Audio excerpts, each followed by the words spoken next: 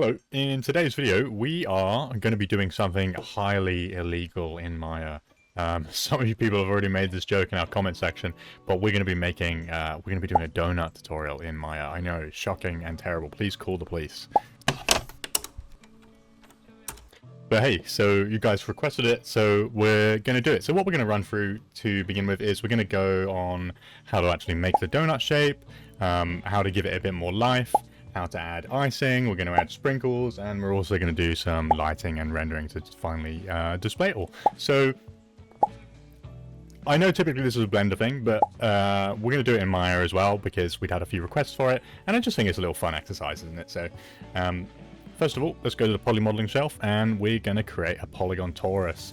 That's it. Tutorial over. We're done. Thanks for watching. But no, in all seriousness, this is just the shape you'll go for to start with because it's called a torus. It's also just a donut, isn't it? So that gets us most of the way there. I like to scale it up a little bit first just because the grid's quite big and by default it comes in quite small. So I'm going to scale it up and then just pull it up with the move tool to have it just sit on the bottom of the grid there. First things first, before we start any project, including with this donut, the most important thing to look at is reference. So I like to use a great bit of software called PureRef, and I've just found a bunch of different pictures of donuts from different angles. So we've got them from the top, kind of from the side, one directly from the side. And what I'm looking for really is just the shape of the donut as well. So we could create one that's a bit more like this, with a bigger ring in the middle, bigger hole in the middle. I'm going to create kind of a thicker looking like donut that has a bit of bite to it, so I'm going to create something a bit more like this thick boy up here. This is all sprinkles, or not sprinkles, this is all sugar coated. We're going to do like an actual icing glaze, so get some reference for that too. And I would say when you're looking for a reference, find a shape of a donut that you'd like to recreate and then use that. And then one of the reasons why we're using reference is that we want to make sure that this looks realistic, right? We could just go ahead and create a donut from memory, but in all likelihood, you're going to miss out on things, right? Like you might not see these little bumpy creases here, and you might not remember to add this kind of white line here from where the donuts have like cooked unevenly in the oil or however they're cooked. You might forget to add these creases, or you miss out on this slight like alteration in the color where we've got a bit of red and orange too on top of everything else. So very, very important whether you're making donuts or spaceships. References. So let's go ahead and use this base to create our donut. So once we've created it, I'm going to come to the polytorus here under the channel box and layer editor, and I'm just going to increase the section radius, I believe it is. And this will change the thickness of your donut, right? So if I was to put this down to 0.1, we have a very, very sad looking donut here. You wouldn't buy this probably. But I'm going to increase this up to maybe, might be a bit too much. Let's increase it to 0.7. Maybe even slightly higher. 0.75. So that is a real thick looking donut now. Okay. Like I said, I want to make something a bit like this. So I'm going to increase that. But your mileage may vary. If you want to have a thinner donut, you could have it at 0.4. Or even just keep it at the default 0.5. And that works too. All donuts are good. Except for maybe the 0.1 one. So from here, we've already done a lot of the job for us, right? We kind of have the shape of our donut, but we don't want to just leave it there because that's a bit boring. One thing I'm going to do as well on top of the section radius is I'm actually just going to increase the subdivisions in the axis as well to 32. That's the divisions around this way, right? Rather than the height. We could increase the height as well, but we don't really need more divisions in that way. I kind of just want these exterior faces here to be a little bit more square, so I might increase that up to like 38. Just to give us a little bit more geometry to play with. Once we're happy with that, I'm going to come up to edit. We're going to freeze the transform, or modify, sorry. We're going to freeze the transforms and then reset the transforms. And then we're going to go to edit and then delete all by type. And then history, just to make sure everything's clean here before we do anything else. Also in the outliner here, if you don't know how to open this up, come up to Windows and go to Outliner. I'm going to rename this to donut, just like that. But you can call it whatever you want. Call it Steve if you like. That's okay too. So what we're going to do now is actually create the icing. Oh no, first of all, let's add a bit of wobbliness, a bit of lumpiness to our donut. So right now it's very, very perfect looking. we're going to use the soft select tool to add some bumpiness to our donut.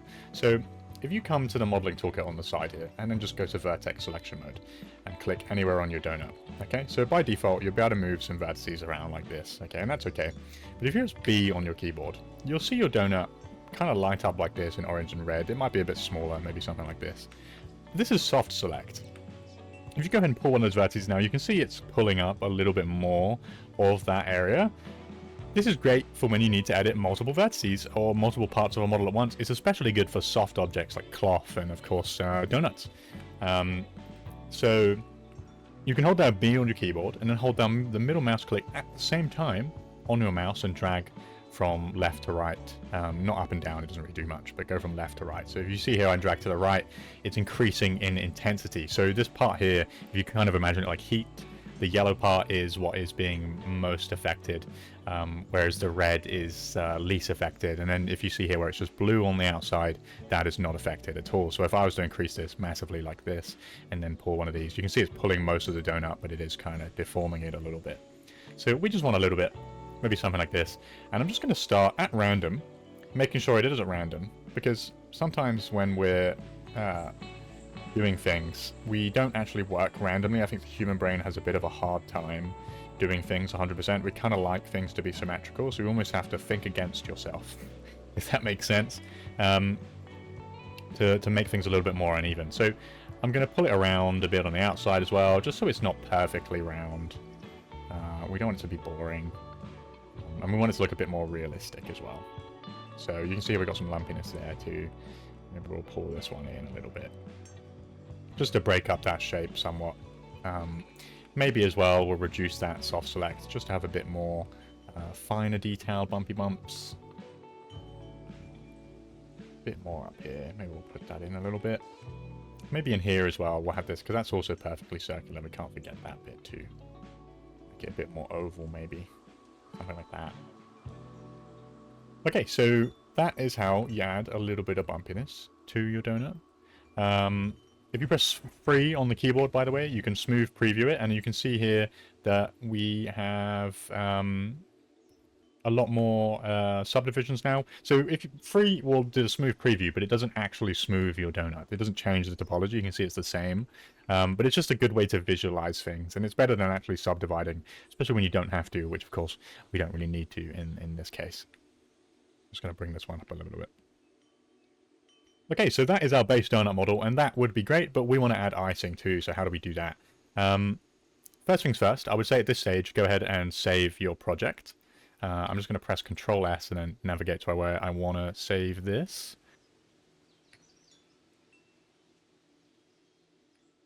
And I'm just going to call this something like donut, just in case you lose anything and it crashes, which Maya can do from time to time. Bit of a temperamental piece of software occasionally. Okay, so now that we've done that, let's go ahead and with our donut selected, I'm just going to press Control D to duplicate. And you can see here in our outline now we have donut and donut 1. We want this to be our icing. So the second one we're going to rename our icing, or as icing. And in order to actually get this to sit on top and not just be an entire extra donut, we're going to come over to the face select mode here. Okay, and I'm going to press space on the keyboard. And this is going to bring up multiple views. If that doesn't happen, just click this button over here on the left hand side, and then you'll be able to get the same thing. And then we're going to come to this view down here, we're going to press space again. So this is one of the orthographic views. And basically what that means is, instead of being in perspective like we are here where we can see everything and rotate around, orthographic is kind of just like, if you imagine it's a 2D world, it's a 2D projection. You actually can't rotate your screen. If I was to hold down Alt and left click, you can only actually zoom in and pan as well, and that's it. But it's great for selecting things quickly and easily and making sure you're getting the right things. So if I just hold down left click, and we're gonna, with face select mode on, we're gonna select the entire top half of the donut. Or in fact, no, we'll select the entire bottom half of the donut. Press space and then come back to perspective just to make sure we've selected the right bits. You can also press 4 on your keyboard, or press this little button up here to go into wireframe mode, and then that just allows you to see if you have got everything selected that you need to. And once we've done this, we're just going to go ahead and press delete. So now we have our icing on top of our donut. So we have these two separate bits. And that's all well and good, but we don't have any thickness on this right now. So it wouldn't be very good icing, would it? It's kind of, there's not really a whole lot there. We want this to have some thickness to it. because it's a thick donut. We're going to come over to the modeling toolkit and we're going to click on extrude. You can also press Control E on the keyboard if you want to do that quickly. Then once this comes up, we're going to go ahead and increase the thickness. Little tip as well, if you want this, because you might notice if you just left click and drag on this to the right to increase the extrude, it comes out really quickly. This is way too much icing. You would be a bit alarmed, I think, if you had this. It looks more like a mushroom. If I just Control Z that, you can hold down Control while doing this, and it just gives you a bit finer control over it. So I'm going to do that. Just to have a good amount of icing, but not a crazy amount. Maybe we'll go for something like this. You can also just type in here if you want as well, if I did 0.15 or something. I'm going to go for 0.18. Okay, so that is how you add the icing to the top. If we were to just go ahead and press 3 on this to preview it, and the same with donut, there you go, you kind of already got the ice donut look going on. But you can see if I pan down here, we're getting this massive gap, and you wouldn't actually have that realistically, would you? So there's a few extra things we can do to fix that. So what we're going to do is I'll just press 1 again on the keyboard to remove the smooth preview. And I'm going to come over to the modeling toolkit again, and we're going to go to the multi-cut tool. I'm going to hold down Control, and I'm just going to add an extra edge in here. Okay. Now if I smooth preview this, you can see it's not quite as bad. There is still a little bit of a gap. But what we can do then instead is we can actually go to edge select mode, and then we're just going to pull this in a little bit. We're just going to scale this down. And then if we smooth preview it again, you can see here now that's contacting a lot more nicely. Okay. What if we want to add some little droplets to this? So to do that, we're going to use the extrude. So you can do this in smooth preview if you like. I'm not going to. I generally like to do this outside of smooth preview just to see how things are looking. And we're going to come over to the face select tool. And then we're going to select these two faces there to begin with. And like we did before to add thickness to the icing, we can come over and press extrude or press Control E. And I am just going to pull this straight down like so, and then maybe in a little bit like that. Okay, now if I smooth preview this again, we have a little drip drip. Maybe we'll add another one over here. We'll come back to face select mode again. And then we'll extrude this again, and we'll just bring it down. Maybe with this one, though, I want it to be a bit longer. And I also want it to be a bit smaller. Maybe it comes in a bit like that. But then what if, actually, it also comes out a bit again? And goes a bit wider. Okay. And then back in again. Something like that. Now if I go ahead and smooth preview this, we might have to make some little adjustments here with the vertex select mode. And again, you can use soft select just to pull things out, move them around. We now have a droplet that kind of gets a bit thinner in the middle and then a bit wider towards the end, which you do get when like things like with icing, right? If you've looked at your reference, you can see that you kind of get it. It's a bit like wider towards the end, isn't it? So we can do something like that. So go ahead and add a few more droplets. Droopies, whatever you want to call them. I might add a slightly bigger one here. Have this come down like that. And then just make sure you're pulling that back in so that it sits nicely. Then maybe I'll have a bit come down off of here too. Just get creative with it. You also don't have to add icing if you don't want to. That's okay too. Maybe we'll have something like that. And again, I'm just pressing 3 on the keyboard intermittently just to see how that's working. Maybe we'll have a long, wide one.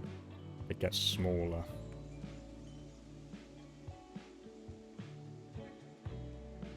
And again, just pressing 4 on the keyboard to go into wireframe mode to check if that's all lining up. Okay, so I'm pretty happy with those droplets. And that's essentially how you model the base of the donut. So that will be it for this video. In the next one, I am going to go ahead and show you how to add sprinkles on top.